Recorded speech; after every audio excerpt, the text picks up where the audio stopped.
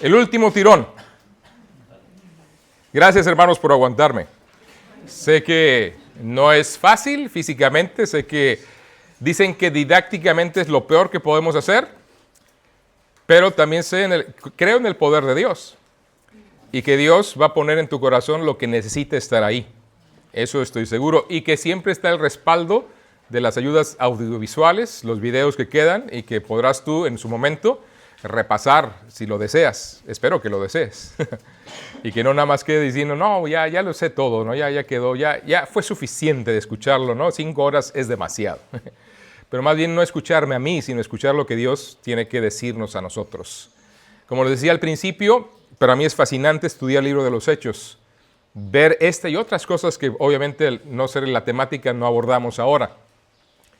Dando este mismo curso, algunos hermano, ¿por qué no me dijiste, no enseñaste esto? Pues claro, se puede enseñar mucho, pero el asunto es que si enseñamos mucho, no enseñamos lo que en este caso queríamos comunicarles.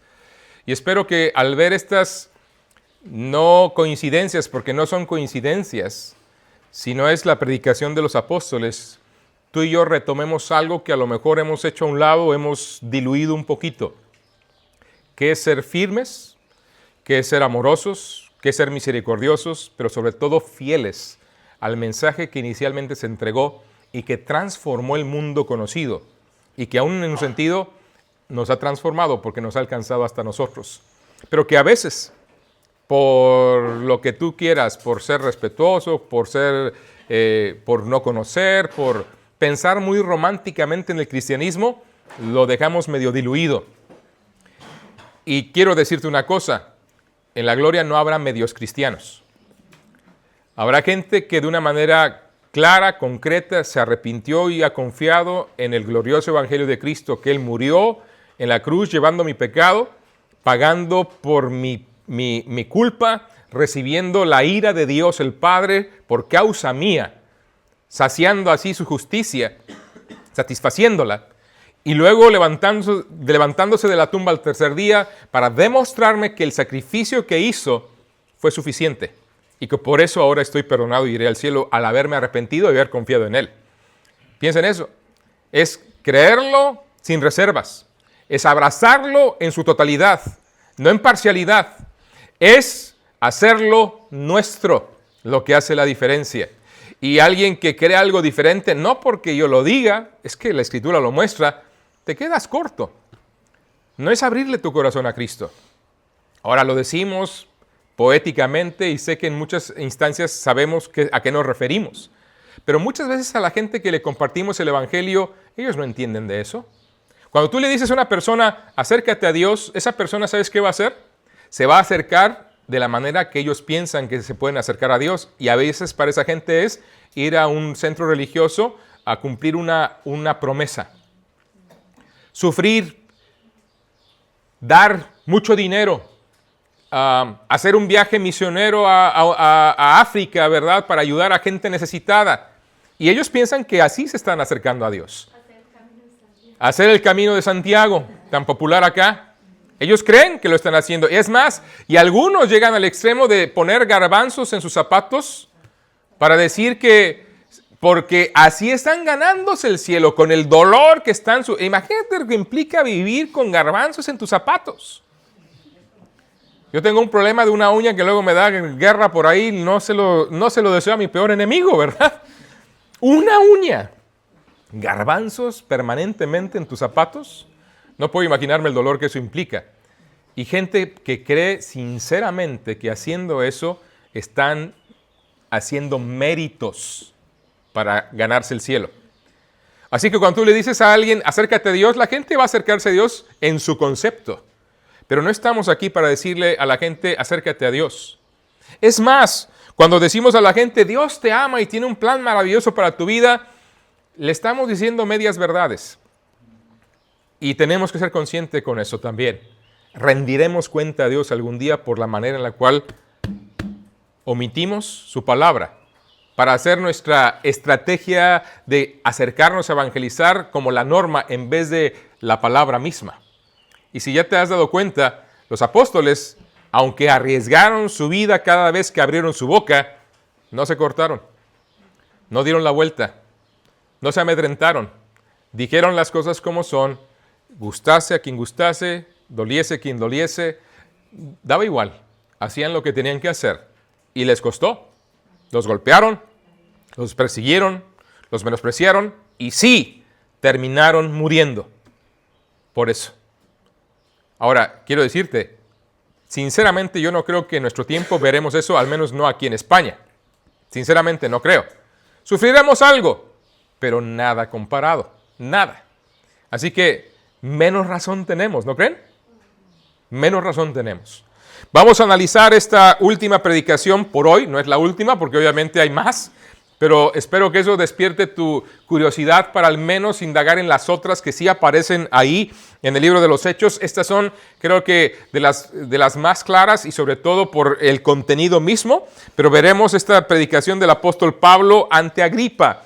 Ahora, es su defensa ante Agripa, pero es una predicación también. ¿Por qué lo decimos? Ya lo veremos enseguida. Vamos al capítulo 26, al final del libro de los Hechos, para ver esta realidad, ver esta predicación. Hechos capítulo 26. Ya hacia casi el final del libro de los Hechos, encontramos registrada esta predicación cuando Pablo ya había estado preso, cuando Pablo había apelado al César y cuando lo estaban ahí cuestionando, trayendo, yendo y viniendo para que diera testimonio de si había razones de verdad significativas para soltarlo, para enviarlo, para matarlo, y era lo que estaba pasando. Y Pablo aquí está dando testimonio, presenta él su testimonio. Una de las cosas que tienes que ser consciente en la predicación del Evangelio y tu predicación del Evangelio concretamente es que tú tienes una de las mejores herramientas en tu propia vida, presentar tu testimonio. Y cuando hablamos de tu testimonio no estamos pensando en hablar de, como decía en otra de las sesiones, de dar lujo de detalles de todos los pecados que cometes. No se trata de eso. No hablar de lo perdido que andabas sin el Señor y de todas las atrocidades que cometías, que esas desde luego deberían darnos vergüenza, aunque debemos de alguna forma dar testimonio de dónde nos sacó el Señor, que nunca parezca que estás como que anhelando regresar a aquellos tiempos, sino manifestando lo terrible que eso fue para luego encontrar la verdadera luz y la transformación en el poder del Evangelio. Y el punto clave del testimonio de una persona siempre es cómo el Señor me alcanzó. Cómo el Señor me alcanzó. Y cuando digo eso, no estoy pensando en que digas de un milagro que ocurrió en tu vida, aunque podrías hablar de un milagro, que pues, el que uno cree en Cristo es un milagro, quiero decirte. El nacer de nuevo es el milagro que Dios hace en este tiempo. Ser nueva criatura en Cristo es un milagro, hermanos. Un milagro tremendo. No lo menospreciemos nunca. Ahora, pero cuando digo cómo, piensa claramente en cómo fue el momento en el cual tú confiaste en Cristo como tu Salvador. Piensa de verdad en el hecho de tu arrepentimiento y tu fe para con Dios, la obra de Cristo. Porque cuando decimos, bueno, es que hice una oración, ¿puede estar el elemento ahí? Sí. Bueno, es que alguien me habló del Señor y yo empecé a asistir a la iglesia. ¿Y dónde está el arrepentimiento y la fe ahí? Bueno, es que yo desde chiquito soy de cuna cristiana. ¿Han escuchado eso? Yo nunca he sabido de cunas que se conviertan, ¿verdad? Como cuna cristiana, ¿verdad? ¿Alguno conoce una cuna que se ha convertido por ahí? No, ¿verdad? Soy de cuna cristiana. El pastor es mi papá y por lo tanto, hermano, yo cristiano desde chiquitito. No, estamos hablando de el momento en el cual te diste cuenta que merecías ir al infierno y le pediste perdón a Cristo, perdón a Dios y le confiaste tu destino eterno a Cristo porque entendiste que Él murió para salvarte. Tal vez no entendiste la profundidad, toda la teología, pero supiste que Él murió para pagar por ti y se levantó de la tumba dándote certeza. ¿Te das cuenta? Piénsalo un momentito. No te quiero hacer dudar de tu salvación, quiero que te des cuenta de dónde estás parado. Porque otra vez, a veces creemos que estamos, y si lees la primera epístola de Juan, hay una constante en esa epístola que reitera, tengamos cuidado con el autoengaño. Si decimos que no hemos pecado, si decimos que no tenemos pecado, mentimos, y la verdad no está en nosotros. Por ejemplo, Juan nos confronta de una manera muy clara para que veamos nuestra situación, si estamos o no en el Señor. Si somos o no del Señor. No estoy para generar dudas, estoy para simplemente rogarte que cheques tu corazón. Yo no puedo saberlo, pero tú sí. Tú sí, en base a lo que ya hemos estado viendo. Y más ahora que vamos a revisar esta predicación del apóstol Pablo ante Agripa. Otra vez, Pablo, ¿cómo inicia? Apelando al punto común. Versículo 1 al 3, Hechos capítulo 26. Con razón no lo veía porque estaba en el 27, pero 26. Ayúdame a leerlo. A ver, los de mi lado derecho, ¿quieren leer el versículo 1? Los de mi lado izquierdo, de aquí para acá, el versículo 2 y yo leeré el 3, ¿vale? Vamos a hacerlo así, de manera alternada. Ustedes empiezan, número 1, ¿qué dice, hermanos? Entonces Agripa dijo a Pablo, se te permite hablar por ti mismo. Pablo entonces, extendiendo la mano, comenzó así su defensa. ¿Ahora ustedes? Mas te tengo por dichoso, oh rey Agripa, de que haya de defenderme hoy delante de ti de todas las cosas de que soy acusado por los judíos. Mayormente porque tú conoces todas las costumbres y cuestiones que hay entre los judíos, por lo cual te ruego que me oigas con paciencia. ¿Te das cuenta de la apelación inicial? El objetivo principal de Pablo no era defenderse, no era decir soy inocente, sino era que Agripa se convirtiera y aún los demás presentes. Él no estaba pensando en rescatar su vida, y si vamos a ser de verdad testigos de la resurrección de Cristo, testigos eficaces del Evangelio, tienes que entender que tú no vas a estar en un lugar seguro. No se trata de mantener o que la gente reconozca que hay en ti razón. No se trata que reconozcan que hay en ti sabiduría y que tú estás en la verdad. No se trata de eso. Se trata de ellos, de la salvación de ellos. Y para eso tienes que renunciar a ciertas cosas. Pablo estaba siendo juzgado. Lo iban a mandar a Roma para ser juzgado. Sabemos que de aquel primer juicio se lo librado. Hasta el segundo fue que lo mataron. Pero finalmente él estuvo ahí. Él estuvo arriesgando su vida y no fue lo que le estaba preocupando. Inicialmente él está pensando en la salvación de Agripa y los que estaban escuchando. ¿Por qué lo sabemos? Oye, Agripa, me da mucho gusto hablar delante de ti porque tú sabes de las cuestiones de los judíos. Tú entiendes de lo que creemos, tú entiendes de nuestra cultura y por eso me gozo de esto. Festo no entendía la naturaleza de los cargos en contra de Pablo estaban y no supo qué escribir en su informe a Nerón, pero Agripa sí conocía. Es más, mira el versículo, 28 y 29, si no me equivoco. 28 y 29 dice ahí mismo: entonces Agripa dijo a Pablo, por poco me persuades a ser cristiano. Y Pablo dijo, quisiera Dios que por poco, por mucho, no solamente tú, sino todos también. No es este el pasaje que está buscando de este capítulo. Lo tengo aquí registrado, 32. Sí, perdón, ahí está, 32. Y 30 dice, y cuando había dicho estas cosas, se levantó el rey y el gobernador y Berenice y todos los que se habían sentado con ellos, y cuando se retiraron aparte, hablaban entre sí diciendo, ninguna cosa digna de muerte ni de prisión ha hecho este hombre. Y Agripa dijo a Festo, ¿podía este hombre ser puesto en libertad si no hubiera apelado a César? Es otro pasaje que dice que le escribió para pedirle, diciendo, quiero que vengas. Festo es lo que había dicho en el capítulo anterior. Quiero que vengas para que pueda saber yo qué informar. No es el versículo 27 del capítulo anterior. Tengo mal aquí mi cita. Es el versículo 27 del capítulo 25. Versículo 26 y 27. Como no tengo cosa cierta que escribir a mi Señor, le he traído ante vosotros y mayormente ante ti, oh rey Agripa, para que después de examinarle tenga yo que escribir, porque me parece fuera de razón enviar un preso y no informar de los cargos que hay en su contra. O sea, no entendía Festo lo que estaba pasando y decía, bueno, para justificar enviarlo a Roma, bueno, Festo, Agripa, échame una mano, tú que conoces, te lo traigo delante de ti para que les reporte, este preso va por esta razón. No entiendo, ¿qué les puedo decir? La conclusión ya la leímos también al final del capítulo 26, pero el que quería leer originalmente era el 26 y 27, tengo aquí mal mi cita, por eso la confusión, perdón. Ese era el punto común. Tú conoces, Agripa. Me da gusto que conozcas y por eso voy a esforzarme aún más.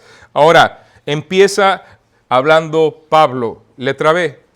Fíjense, en el testimonio de Pablo, primero que nada lo que hace es lo que él era sin Cristo. Fíjense, noten, versículo 4 y 5 primero. Ahora, mi lado izquierdo, versículo 4, fuerte y claro, hermanos, que lo escuche. Ya no escucho muy bien, entonces que yo lo escuche bien. ¿Qué dice el versículo 4? Capítulo 26, versículo 4. Fuerte y claro, dice: mi vida, pues, desde mi juventud, la cual desde el principio pasé en mi nación, en Jerusalén, la conocen todos los judíos. Y fíjense, siempre que un judío hacía eso, la conocen fulano y perengano o todos los judíos, era como decir, pueden verificarlo. Pueden llamarla a cualquiera. Y Pablo estaba apelando a eso, gente que vivía y que lo conocía y que podían dar testimonio de su vida. Ahora el versículo 5, hermanos de mi derecha, dice: los cuales también saben que yo desde el principio, si bien testificarlo conforme a la rigurosa secta de nuestra religión, viví fariseo. ¿Cómo viví? Fariseo. Varones, ¿cómo vivió Pablo? Qué bonita voz, varones. Fariseo. A ver, varones, no los escucho, varones. Fariseo. Gracias, hermanos, ya se hacen presentes, ¿verdad? Fariseo. ¿Quiénes eran los fariseos?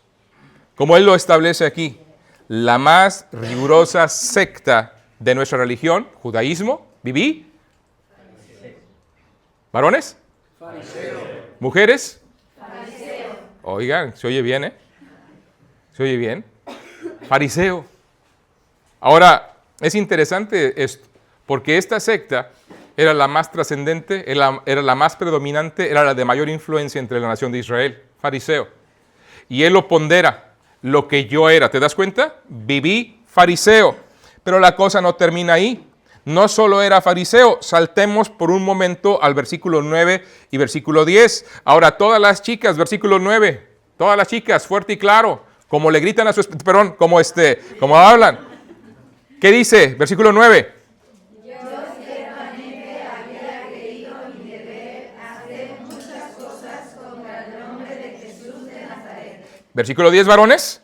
Lo cual también hice en Jerusalén. Yo encerré en cárceles a muchos de los santos, habiendo recibido poderes de los principales sacerdotes. Y cuando los mataron, yo di mi voto. Qué tremendo, ¿no? Qué fuerte de verdad lo que está diciendo Pablo. Y dice el versículo 11, y muchas veces castigándolos en todas las sinagogas, los forcé a blasfemar, y enfurecido sobremanera contra ellos, los perseguí hasta en ciudades extranjeras. Ahora, de una manera muy sencilla, muy rápida, muy directa, muy concreta, Pablo nos da un resumen de lo que era sin Cristo. Un perseguidor de la iglesia. Religioso por un lado, muy religioso por un lado, viví fariseo, y que creyendo servir a Dios, creyendo de alguna manera estar honrando a Dios, persiguió hacer todo lo que podía contra el nombre del Señor Jesús. Y luego dice, no solamente me limité a Jerusalén, sino que busqué por todos lados encerrar en cárceles a muchos, y aún dio su voto para matar a otros. Era un asesino también. Y los persiguió no solo en Jerusalén, sino fuera de Jerusalén. ¿Te das cuenta? Piensa en tu testimonio. ¿Qué eras antes de conocer a Cristo? Dirás, bueno, es que yo desde chiquito conocí al Señor, muy pequeño. Ah, muy bien. ¿Pero qué eras? Te digo que eras un pecador que iba al infierno. ¿Te has puesto a pensar en eso? Una persona sin Cristo es un pecador que va al infierno, aunque no haya cometido los atroces pecados, aunque sea un niño de 5 o 6 años. Es un pecador que va al infierno. Un pecador rebelde, un pecador contumaz, un pecador... Pero, pastor, nunca ha matado a nadie, nunca ha codiciado nada, nunca ha mentido. Por favor, mamás, ¿verdad que los niños de 5 años también mienten? Ya les pillaron a todos ustedes, chicos, ya ven, creían que no les habían pillado, ¿no? Claro que sí. Porque es un pecador. Ahora, a veces no se dan cuenta temprano, a veces unos muy temprano, a veces otros muy tarde. ¿Cuándo un niño debe conocer al Señor? Lo más pronto posible, tan pronto como se dé cuenta de su necesidad, claro está. Qué terrible que he escuchado de hermanos aquí en Europa que dicen, no, yo he dejado a mis hijos que hasta que cumplan 18 años ellos tomen su decisión. ¿Sabes qué? Eres un irresponsable. Y te lo voy a decir todas las veces que pueda. Porque Dios te dejó a ti, papá, la gran encomienda de instruir a tu hijo desde pequeño. Desde pequeño. Claro, la escuela lo está instruyendo, la escuela le está llenando de ideas, de filosofías, de tonterías a sus amigos, y tú no haces nada por contrarrestar eso, pensando que cuando sea mayor decidirá bien. Te digo una cosa, rendirás cuentas delante de Dios por eso. Y jóvenes que están aquí, que están casados reciente o que se van a casar pronto, o que en algún momento Dios les dé hijos, recuerda, serán responsables de cuidar de sus hijos, de comunicar la fe, de ayudarlos a crecer, de entender desde temprano el Evangelio, desde temprano, lo más pronto posible, y una vez que lo conozcan, ayudarlos a crecer, madurar, ser fuertes. El mundo que les espera será mucho peor que el nuestro. Y ya el nuestro tiene lo suyo, ¿verdad? Ya el nuestro tiene lo suyo. Yo nunca me hubiera imaginado ver lo que estamos viendo ahora, cuando conocí al Señor. Y los que tal vez son mayores que yo, dirán triple amén a eso, porque ustedes, su mundo todavía fue mejor que el nuestro en el sentido de la inmundicia, en el sentido de la degradación moral, de la ligereza que hay en la sociedad en general. De verdad, chicos, ustedes están creciendo en algo que a lo mejor se está normalizando. Esto no es normal. No lo es. Hay una degradación moral impresionante y está permeando, está filtrándose en la iglesia. Piensa lo que era sin Cristo, un pecador que merece el infierno. Aunque no tengas otro tipo de testimonio, sábelo, eso era, y velo. A lo mejor te hace falta entenderlo. A lo mejor nunca lo has entendido. A lo mejor has abrazado una fe sin ver tu culpa, sin entender tu merecido, sin entender de verdad lo que es arrepentimiento. A lo mejor te falta de verdad arrepentirte y crees que estás en algo a lo cual no perteneces. Por la costumbre, por la idea, por el anhelo de tus papás, porque te portas bien, porque simplemente fuiste educado y lo aceptaste y seguiste así porque eres una persona más o menos maleable.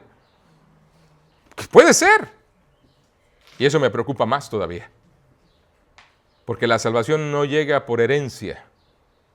Llega cuando una persona reconoce su necesidad, ve su vida sin Cristo, se da cuenta de su camino y lo perdido que está. ¿Y luego qué pasa? Vemos a un Pablo vivir fariseo. Vemos a un Pablo enemigo de Jesús de Nazaret. Luego, aunque parece que estamos yendo a otro lugar, vemos el motivo del juicio. Versículos 6 al 8. Ahora, quédense con eso un poquito de lo que era Pablo sin Cristo, enemigo de la fe. Versículos 6 al 8, miran el motivo del juicio. Ayúdame a leer estos 3 versículos otra vez. ¿Qué dice? Y ahora, por la esperanza de la promesa que hizo Dios a nuestros padres, soy llamado a juicio. Promesa cuyo cumplimiento esperan que han de alcanzar nuestras 12 tribus, sirviendo constantemente a Dios de día y de noche. Por esta esperanza, oh rey Agripa, soy acusado por los judíos, que se juzga entre vosotros cosa increíble que Dios resucite a los muertos. Y te das cuenta que otra vez, ¿qué está sembrando? ¿Qué está predicando? ¿Qué está proclamando? Ya está introduciendo la resurrección. ¿Te das cuenta? Qué común denominador tan importante que hemos hecho a un lado por completo muchas veces en nuestra predicación y nuestro compartir el Evangelio. ¿Se juzga increíble que Dios resucite a los muertos? Para un judío, para un fariseo que creía en la resurrección, debería ser algo normal pensar, creer en la resurrección, lo factible que es. Tal vez hoy podríamos pensar, no, es que es increíble. Bueno, sí es increíble en nuestro tiempo, pero precisamente porque nadie lo puede hacer, porque solo Dios puede hacer eso, por eso la resurrección es tan importante, porque habiendo ocurrido, es la prueba definitoria que seguimos a la persona verdadera. Muchas personas dicen, bueno, ¿por qué no Confucio? ¿Por qué no Mahoma? ¿Por qué no Buda? ¿Por qué no ellos? ¿Por qué tiene que ser Jesucristo? ¿Por qué? Porque vas a la tumba de Buda y encuentras, aquí yacen los restos del gran Buda. Porque vas a la tumba de Confucio, aquí yacen los restos del gran Confucio. De Mahoma, de la misma forma. Pero cuando llegas a la tumba de Cristo, no está aquí. pues ha resucitado. ¿Te das cuenta de la diferencia? No estamos inventando. Dios, el Dios vivo y verdadero, se manifestó en la persona de Jesús de Nazaret. Dios tiene nombre y es Jesús de Nazaret. A Él seguimos, en Él creemos, en Él confiamos. Y Pablo toma eso para que se dé cuenta, Agripa, que esa es la razón por la cual estaba siendo juzgado. No, es que él se dé cuenta de la necesidad que él tiene en Cristo Jesús. Que él se dé cuenta del hecho tan tremendo que implica eso que acababa de anunciar. Agripa, conoces a los profetas. Agripa, conoces la Biblia. Agripa, conoces las promesas. Y me están juzgando por el cumplimiento de esas promesas. Ahora dice, ¿cómo encontró al Señor Jesucristo? Su encuentro con el Señor Jesucristo. Una persona en su testimonio habla de lo que era sin Cristo. Aquí está ese pequeño apéndice del juicio porque estaba en esa circunstancia en ese momento el apóstol Pablo. Pero cuando da uno su testimonio hablamos de lo que éramos sin Cristo. Pero también hablamos de cómo, y esa es la parte más abundante, cómo el Señor nos encontró. De qué manera entendiste la necesidad de tu salvación y cómo lo hiciste tuyo. ¿De qué manera lo hiciste tuyo? Y es lo que vemos, cómo conoció al Señor. Miren, vamos a dar lectura otra vez, pero ahora del versículo 12 al 18, que es un poquito más amplia. Ahora vamos a hacerlo de esta manera. Yo leo el versículo 12, ustedes el 13 y así hasta el 18, ¿vale? ¿Estamos? ¿Amén? Amén. Versículo 12. Ocupado en esto, iba yo a Damasco, con poderes y en comisión de los principales sacerdotes. Cuando a mediodía, oh rey, yendo por el camino, vi una luz del cielo que sobrepasaba el resplandor del sol, la cual me rodeó a mí y a los que iban conmigo. Y habiendo caído todos nosotros en tierra, oí una voz que me hablaba y decía en lengua hebrea, Saulo, Saulo, ¿por qué me persigues? Dura cosa te es dar coces contra el aguijón. Yo entonces dije, ¿quién eres, Señor? Y el Señor dijo, yo soy Jesús, a quien tú persigues. Pero levántate y ponte sobre tus pies, porque para esto he aparecido a ti, para ponerte por ministro y testigo de las cosas que has visto, y de aquellas en que me apareceré a ti.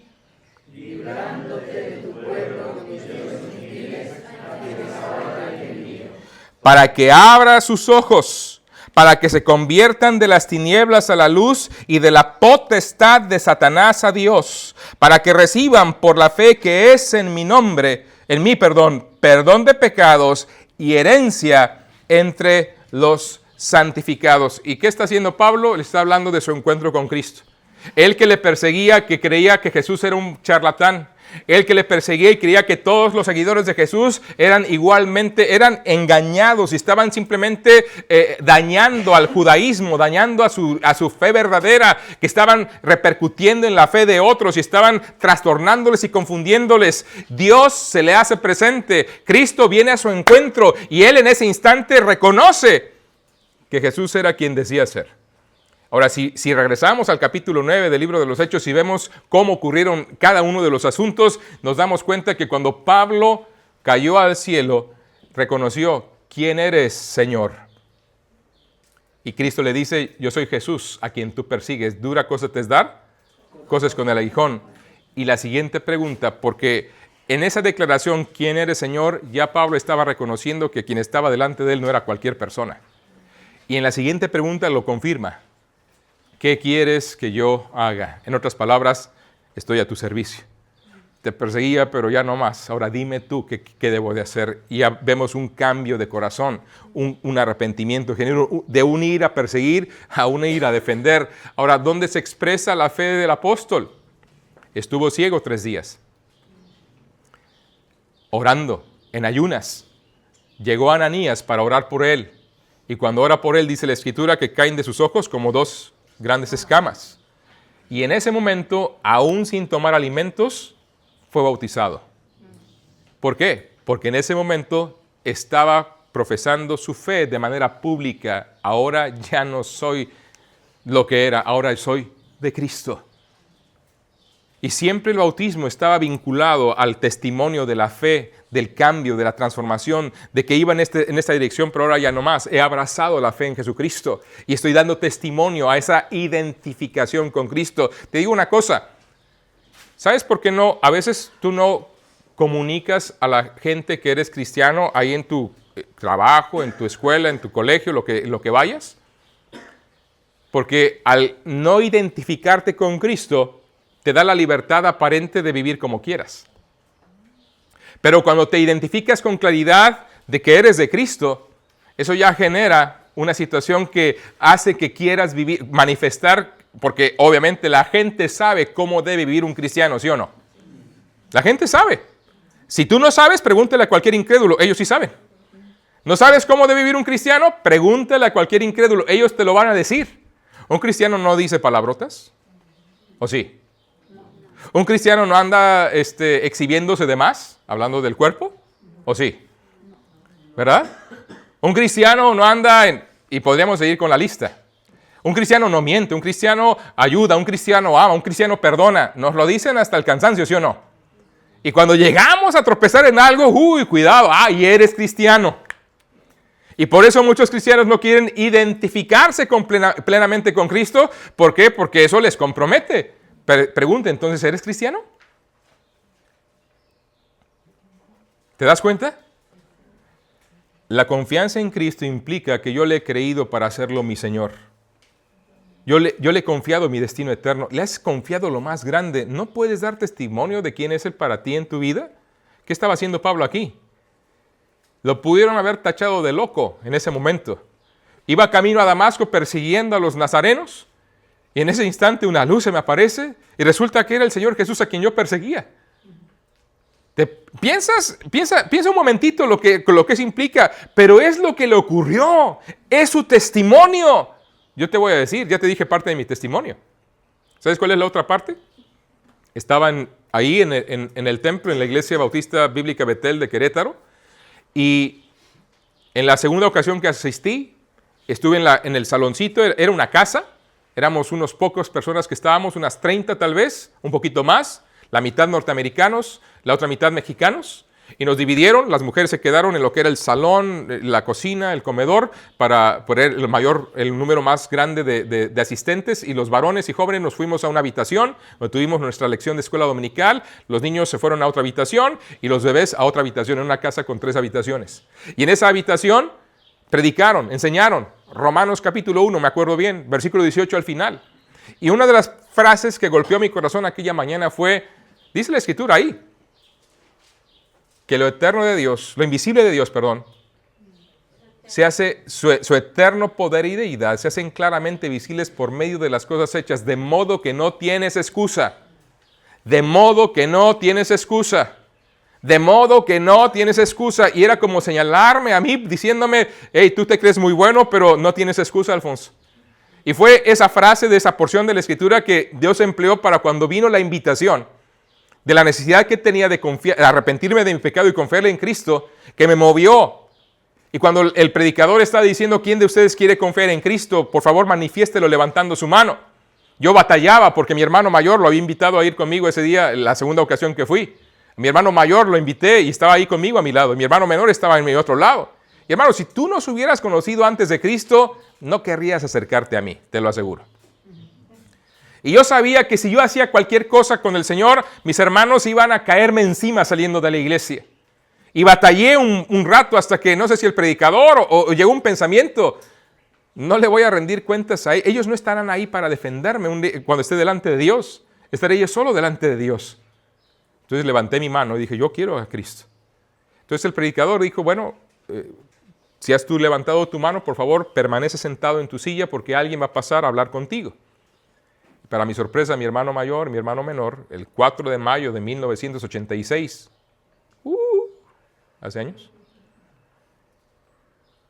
los 3 nos arrepentimos y confiamos en Cristo como nuestro Salvador. Le pedimos salvación, le creí que Él murió para salvarme. ¿Cómo fue contigo? ¿Cómo fue contigo? No es nada más asistir a la iglesia. No es nada más me gustan los cantos. No es nada más, qué bonita predicación. No es nada más, yo he hecho esto, pastor. Es más, en el templo yo puse el fundamento, O sea, yo escarbé y yo puse el fundamento. No, eso no es. ¿Te has arrepentido? ¿Has confiado en el Señor? ¿Cómo fue contigo? Piensa en eso un momentito. Porque la salvación no se hereda, la salvación no se merece, la salvación no la logras ni la alcanzas tú, la salvación no la trabajas, la salvación no es un proceso, la salvación es un nacimiento inmediato cuando una persona se arrepiente y confía en Cristo. ¿Cómo fue contigo? Pablo está explicando cómo fue con él. Cayó de rodillas y en ese instante su corazón dijo, Él es el Señor, Él es el Mesías, Él es a quien debo seguir. En ese instante hubo una transformación, una conversión del alma directamente. Dio testimonio de eso el apóstol Pablo. Ahora, ese fue su encuentro con Cristo. Y eso cambió su curso.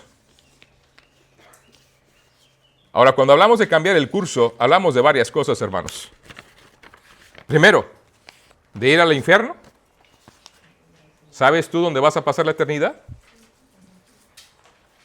Hoy voy a empezar a predicar otra vez el Evangelio. ¿Sabes tú dónde vas a pasar la eternidad? ¿Y qué te da esa certeza? Yo sé que iré al cielo cuando muera. Y sé que iré al cielo cuando muera no por ser bueno, ni por ser pastor, ni por ser misionero, sino porque el 4 de mayo de 1986 me di cuenta que iba al infierno, que no tenía ninguna excusa delante de Dios. Y me arrepentí de mi pecado y le pedí al Señor que me perdonara y me di cuenta que Él lo hizo a través de la muerte de Cristo y le pedí entonces a Él que me salvara y reconocí que lo que Él hizo es suficiente para salvarme. Y sé que desde ese momento, confiando en su muerte, sepultura y resurrección, me ha dado un lugar en el cielo por la eternidad, me hizo una nueva criatura. Lo sé, tan seguro como te lo estoy diciendo. Y por lo tanto sé que estaré con Él. En eso se basa mi fe. ¿En qué se basa la tuya? ¿Te das cuenta? Y a veces damos vueltas. Bueno es que yo me sentí, bueno es que me pasó, bueno es que esto, bueno es que yo desde chiquito, bueno es que... A ver, ahí no hay una respuesta clara. Checa tu corazón, verifica tu relación con Dios. ¿De verdad has nacido de nuevo? ¿De verdad? Insisto, no es por ponerte en duda, hermano, pero déjame decirte algo. Reproducimos lo que somos. Si tú vas a comunicar el Evangelio con alguien para que tenga vida, tienes que tener vida tú también. ¿Amén? Ahora, el cambio de curso, vean, versículo 19 al 23. Permítame leérselos. 19 al 23 del capítulo 26 estamos. 26, 19 al 23. El cambio de curso. Ay, caray, ya se me movió esto. Perdón, hermanos, me fui hasta acá. Bueno, y una encomienda que le dio. Fíjense, al final de este versículo que acabamos de leer, al final del versículo 18, bueno, sí, del versículo 18, 16 al 18, vemos la encomienda que Cristo le hizo al apóstol Pablo. Y a partir del 19, miren lo que dice. Por lo cual, oh rey Agripa, no fui rebelde a la visión celestial, sino que anuncié primeramente a los que están en Damasco y Jerusalén y por toda la tierra de Judea y a los gentiles. Noten, lean conmigo esta frase final del versículo 20 que dice, que se arrepintiesen y se convirtiesen a Dios haciendo obras dignas de arrepentimiento. Por causa de esto, los judíos prendiéndome en el templo intentaron matarme, dice el apóstol.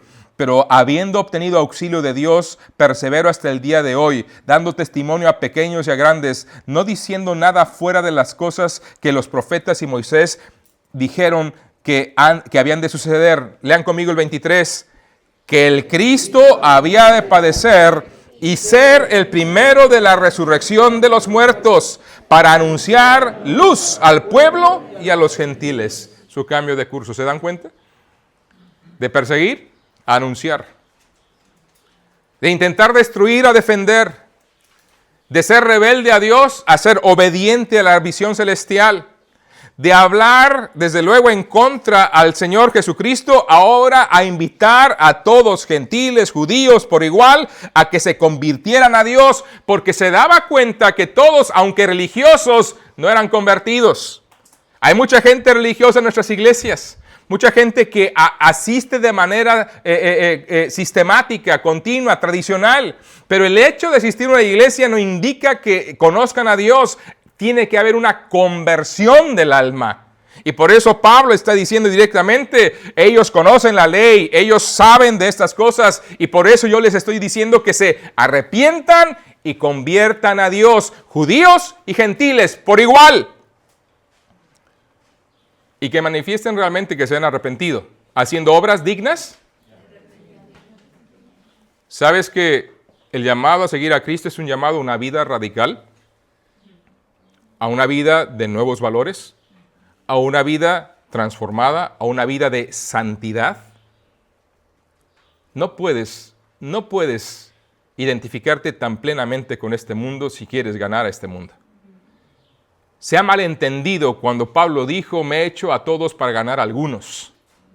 Porque algunos piensan, bueno, es que nos tenemos que hacer a estos para ganarlos. Te equivocas, no es hacerte a ellos de la manera que estás pensando. Es hacerte accesible. Es no estar juzgando a la gente. Es estar compartiéndoles el evangelio, porque el judío condenaba inmediatamente, ni se acercaba. Él se acercaba. Él comía. Él estaba. Él se ponía donde la gente estaba. Y quiero decirlo también con amor, sobre todo la gente que viene de Latinoamérica. Una de las cosas que nos falta es penetrar en la cultura. Y cuando digo penetrar, no estoy diciendo absorber, estoy diciendo estar. Hemos hecho un esfuerzo, tenemos que seguirlo haciendo. Mi esposa y yo de estar en clubes de guitarra, en clubes de inglés, en clubes, mi esposa ayudando con los chicos síndrome de Down, ayudando de vez en cuando yo también en eso, y otras cosas. ¿Para qué? Para estar donde el pueblo español está.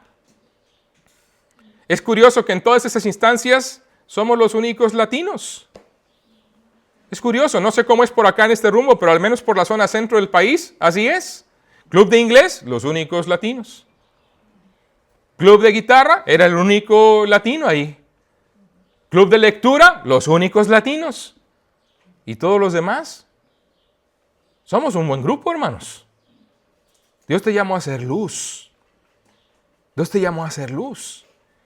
Y una luz no se puede poner debajo de un almud. No tiene que esconderse. Tiene que estar donde puede ser útil para iluminar.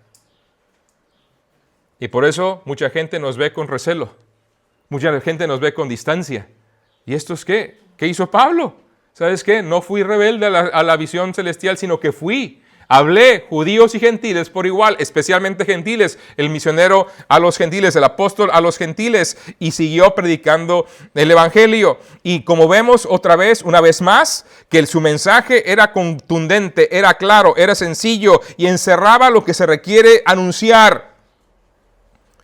La resurrección, la muerte, sepultura y resurrección del Señor Jesucristo. Cristo había de padecer y ser el primero de la resurrección de los muertos para anunciar luz al pueblo y a los gentiles. Anunciar luz, ser luz. Ahora, y aquí va lo que siempre les digo y les insisto y les ruego, por favor, hermanos, no tengan temor. Tiene que haber una apelación personal. Versículo 24. Diciendo él estas cosas en su defensa, Festo a gran voz dijo, «¡Estás loco, Pablo! Las muchas letras te vuelven loco». ¿Te lo han dicho? Sí. Y seguido, hermano. ¿Estoy loco? Estoy loco. ¿Estoy loco? Sí.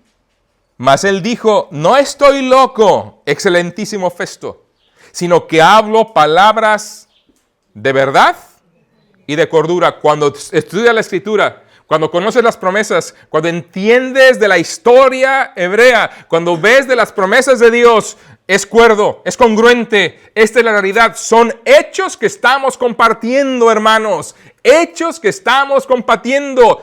Hechos probados. Tanto les gusta llenarse en la televisión esa palabra para decir mentiras. Y nosotros tenemos la verdad. De hechos probados, evidencias sustentadas, corroboradas. verificadas, certificadas. Por eso aquí tenemos el testamento de Dios, certificado por su propia sangre. Muerte, sepultura y resurrección. Certificado.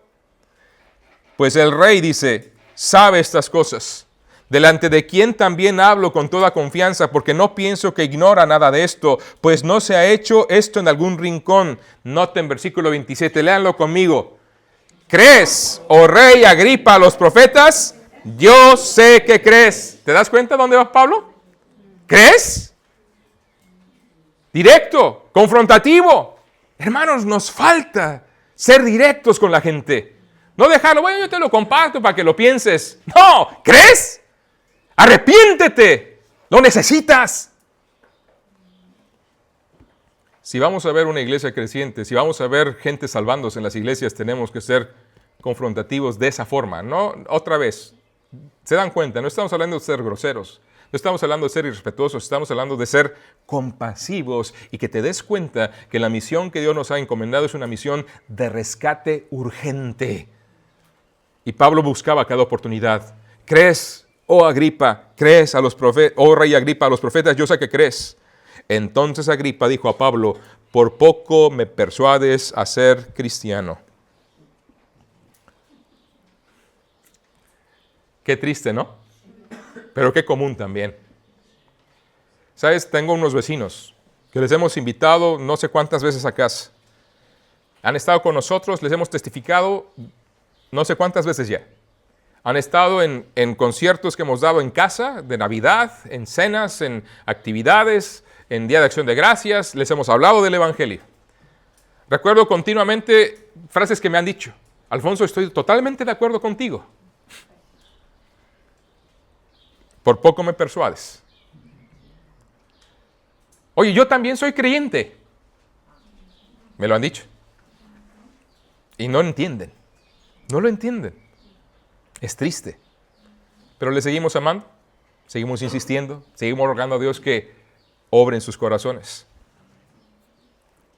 La última vez que recuerdo contundentemente de nuestra vecina, que es la directora del colegio de nuestro pueblo, estaba en casa, un hermano que estaba con otro le intentó testificar y lo detuvo y dijo, mira, yo creo en Jesús, yo creo que Él murió por mis pecados, yo creo que Él resucitó, pero yo no puedo llevar la fe como lo llevan Alfonso y Laura. En otras palabras, yo creo esto, pero yo no quiero dejar mi estilo de vida. Yo no sé qué has escuchado tú, pero cosas similares a las de Agripa, ¿no?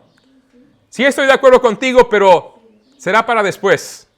Sí es verdad que un día, pero ¿sabes qué? No importa, yo voy a vivir mi vida y ya que tenga tiempo, ya que sea mayor, ya que... Entonces volvemos a hablar. Y ese día tal vez nunca llegará. Porque lo que están diciendo lo entiendo, lo comprendo, pero hoy no. Y sabes, cuando una persona entiende y comprende, es posible que se pierda. Es más probable que se pierda. Y si Cristo viene antes, se perderán, ciertamente. Cambió de curso, perdón, no les puse más. Apeló directamente al Mesías. ¿Crees a los profetas? ¿Sabes de estas cosas? ¿Sabes de su muerte, sepultura, resurrección? ¿Tú crees? ¿Crees tú? ¿Crees a los profetas, joven, señorita, hermano, hermana? ¿Crees? ¿Crees que Jesús murió para salvarte? ¿Crees que se levantó de la tumba al tercer día? Deja que eso impere en tu corazón.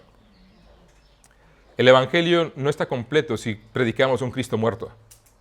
Cristo vive, hermanos. Se levantó de la tumba.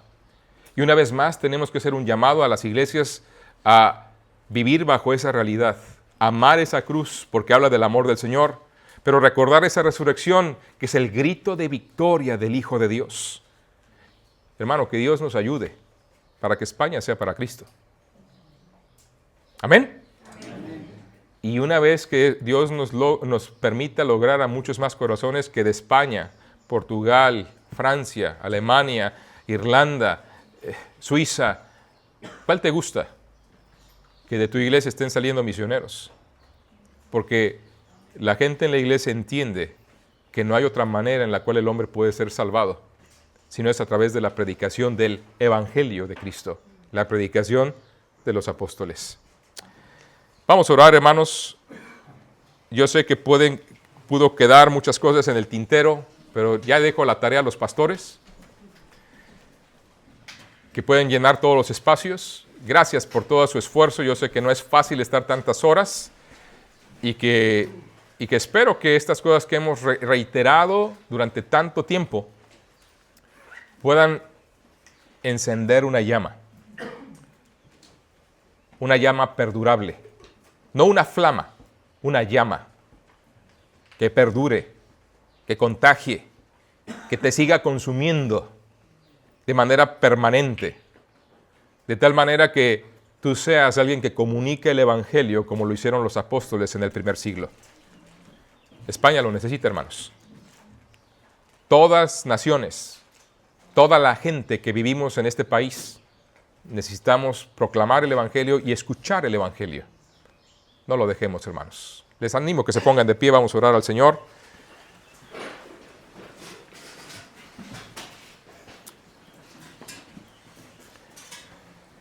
Padre, hoy nos postramos. Podríamos hablar y hablar de muchas cosas en tu palabra y Señor, pues conocer, profundizar, aprender textos, memorizar frases, entender significados, ver simbología y tantas otras cosas fascinantes que hay en tu palabra. Pero si no somos obedientes a ella, si no predicamos el Evangelio con fidelidad, muy poco sirve todo lo que sepamos. Hoy te ruego por mis hermanos, Señor, que de este grupo tú tomes de tus siervos, tú llames a esos nuevos pastores, misioneros,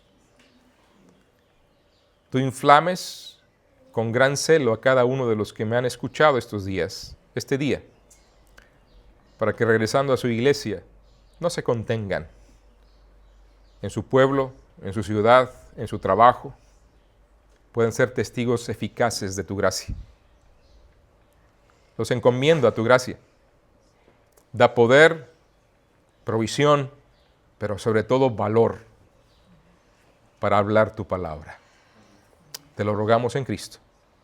Amén. Dios les bendiga, hermanos.